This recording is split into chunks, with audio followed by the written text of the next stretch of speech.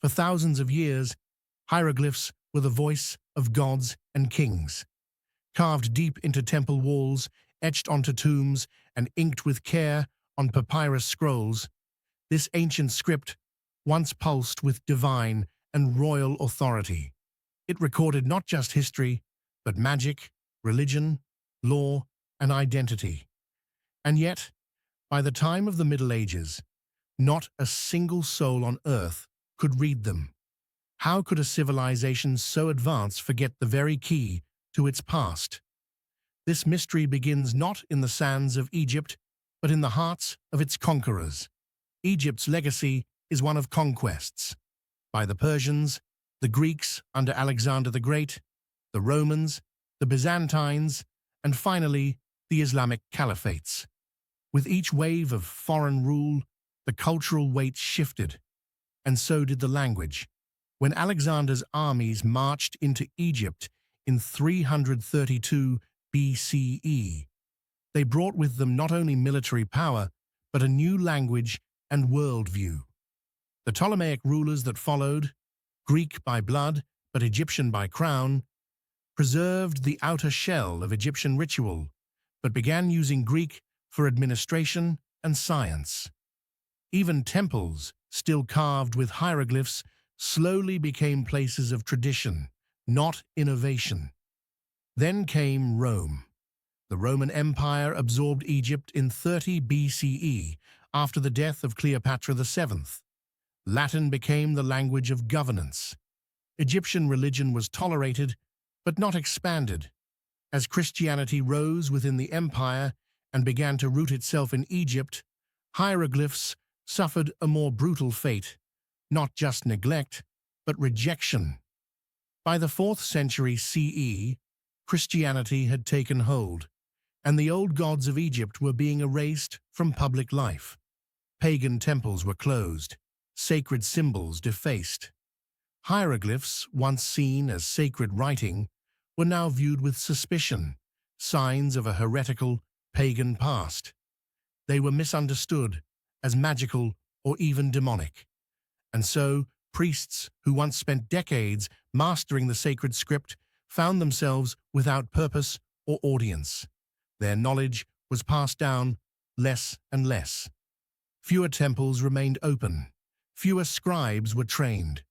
A sacred tradition that had lasted for 3,000 years began to vanish.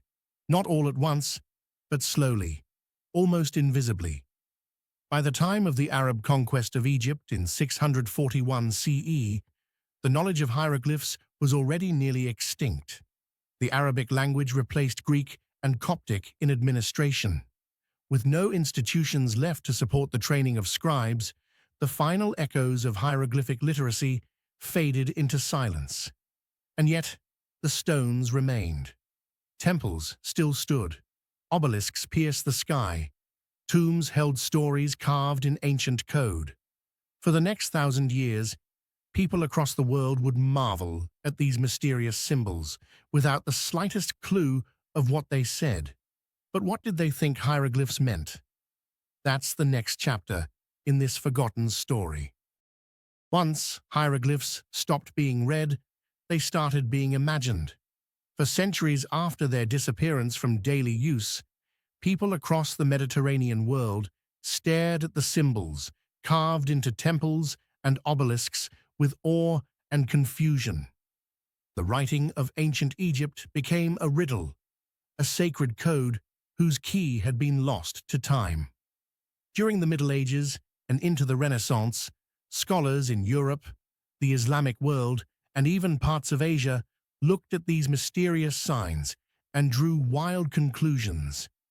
Most assumed that the hieroglyphs were not a language at all, but rather mystical symbols, each one a compact spell, talisman, or universal truth. Arab historians and travelers, like al-Masudi in the 10th century, wrote about the strange writing on Egyptian ruins. Some Islamic thinkers believed that the inscriptions were relics of a forgotten science or magical system. Others considered them the markings of jinn, or the work of prophets before Islam. In Europe, medieval scholars viewed Egypt through a biblical lens. They believed its ruins were remnants of a sinful, idol-worshipping past. Hieroglyphs were often thought to be decorations, rather than a form of communication. No one attempted to decipher them, because few believed there was anything to decipher. Then came the Renaissance. As classical texts were rediscovered and interest in antiquity grew, the mystery of the hieroglyphs deepened. But instead of moving closer to the truth, scholars moved further away. Influenced by Neoplatonism and Hermetic philosophy, they believed that each symbol was a repository of cosmic wisdom. In 1556, a Jesuit scholar named Athanasius Kircher published books attempting to translate hieroglyphs. His work was imaginative, poetic, and completely wrong. For example, Kircher looked at a single cartouche, a ring containing hieroglyphic symbols, often used to write royal names, and interpreted it as a complex sentence about the sun god and divine truths. In reality, it probably just said, Ptolemy. Still, Kircher's works were influential. For nearly 2 centuries, his flawed ideas shaped European thinking. Hieroglyphs became fashionable among occultists and alchemists. They were seen as ancient spells, not historical records. The real meaning of hieroglyphs, the phonetic system behind the pictures, was lost under layers of mystical misinterpretation. While Egyptians had once used them to write tax records, love poems, royal decrees, and prayers, scholars now saw only magical riddles and sacred metaphors. So how did this 1,000-year fantasy end? The answer came from an unlikely place, a chunk of black stone found by French soldiers in 1799.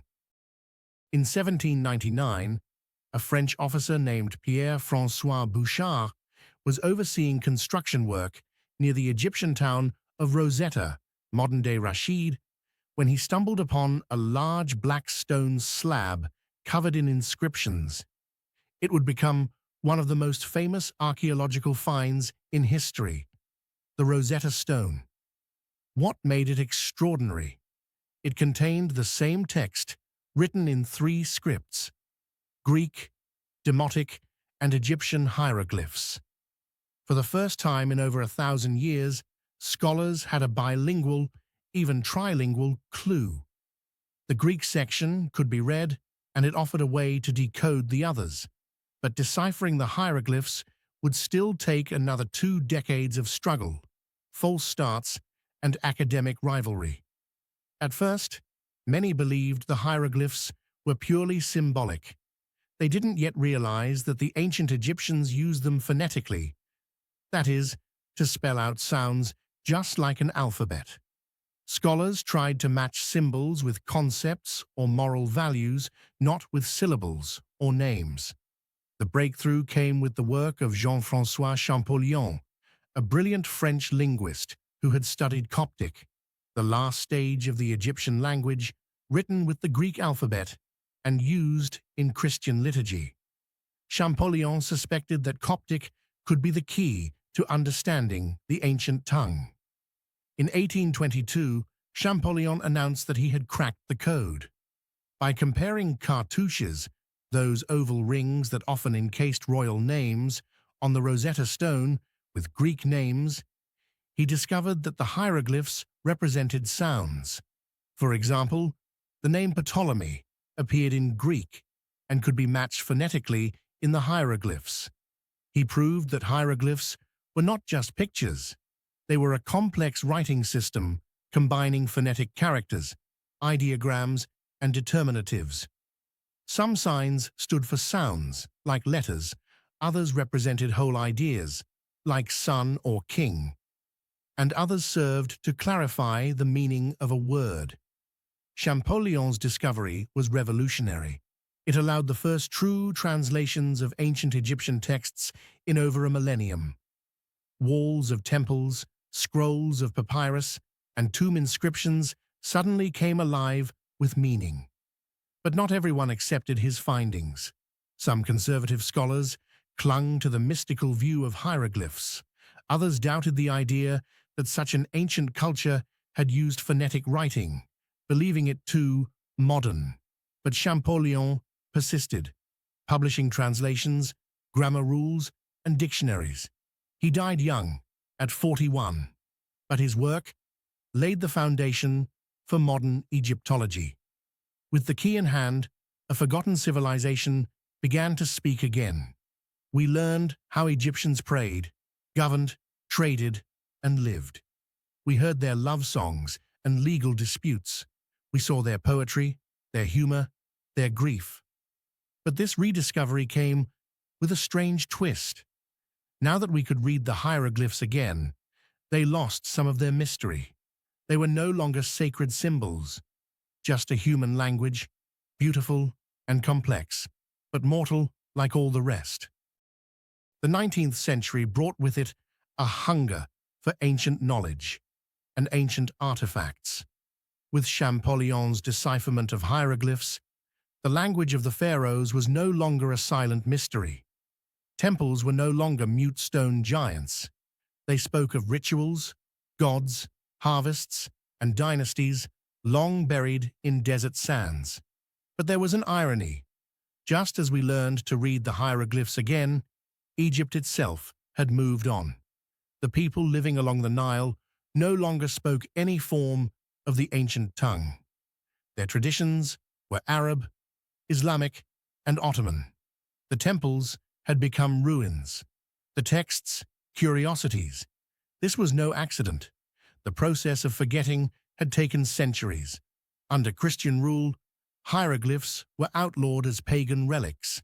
Under Islamic rule, they were ignored or misinterpreted as magical markings. Literacy in ancient Egyptian scripts had been dead for so long that not even the priests of the later dynasties could fully grasp them. Now, Western scholars flooded Egypt, hungry for tombs, scrolls, and statues. Museums in London, Paris, and Berlin competed to showcase the most impressive Egyptian artifacts. Mummies were bought, sold, even unwrapped in public lectures. Sarcophagi were shipped across seas. The dead were uprooted, the sacred turned into spectacle. To many Egyptians of the time, this was alien. The temples and tombs weren't part of their living culture anymore. They were something other, relics of a past that felt distant and even unrecognizable, a past that foreigners now seemed to understand better than locals. Meanwhile, the language of hieroglyphs, though resurrected academically, remained trapped in classrooms and museums. It wasn't a spoken language. It wasn't used in daily life. It didn't return to prayer or poetry. It became the domain of specialists, Egyptologists, who spoke about the ancient world in new languages, English, French, German. The irony was sharp. The West had restored the script, but not the culture. The words were read, but not lived. Hieroglyphs now adorned textbooks and tourist brochures. They were tattooed, copied onto T-shirts, and studied by children. But in their own land, they were ghosts. No farmer in Upper Egypt read the Book of the Dead. No merchant recited hymns to Ra. The priests were long gone. And so, hieroglyphs became a symbol, not only of ancient wisdom, but of cultural disconnection. They represented something glorious that had been lost, then found, then rebranded. But something else began to grow. In Egypt itself, a new national consciousness was forming. As colonialism declined and Egypt gained independence, people began to reclaim their ancient heritage. Egyptian scholars entered the field of Egyptology. Museums were built in Cairo and Luxor, filled with treasures that would no longer leave the country. Tourists came, yes, but so did Egyptian students, archaeologists, and historians. Hieroglyphs began to belong to Egypt again, not just as a scholarly subject, but as a source of national pride. Yet, despite all the rediscovery, The script itself remained a relic. It was not revived like Hebrew, nor modernized like Latin into Romance languages. It stayed frozen in stone, readable, yes, but no longer breathing. A miracle had happened. We had unlocked the past, but even the key couldn't bring the language back to life. Though the language of the gods is no longer spoken, its silence speaks volumes. Hieroglyphs, once etched to summon eternity, now rest behind glass, their meaning accessible only through the filter of academic interpretation. But that doesn't mean they're dead. They still move us. A child seeing their first golden cartouche, a tourist tracing the lines of a falcon-headed god, a scholar spending years translating a single funerary text. These moments, quiet, personal, sacred, show us that hieroglyphs still carry power, even if not as once intended. They represent something more than words. They are a symbol of what civilizations can achieve and what they can lose. The story of how Egypt forgot hieroglyphs is not just about conquest or decay, it's about time, the slow erosion of memory.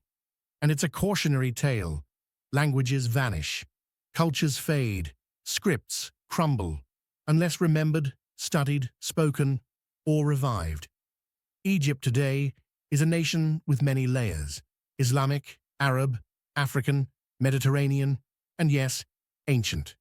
Its people speak Arabic, not Demotic, but in their museums, on their coins, in their schools, the legacy of the pharaohs survives, not as a living language, but as a cornerstone of identity. And perhaps that is enough. Not every sacred language must rise again. Some are meant to remain in stone, to remind us of mortality and majesty. But there's something poetic in the fact that after 2 millennia of silence, the walls finally spoke again, not to their builders, but to strangers from faraway lands who cared enough to listen. Hieroglyphs were not lost. They were waiting for someone to see not just symbols, but stories, waiting for someone to understand that forgetting is never final, if curiosity survives.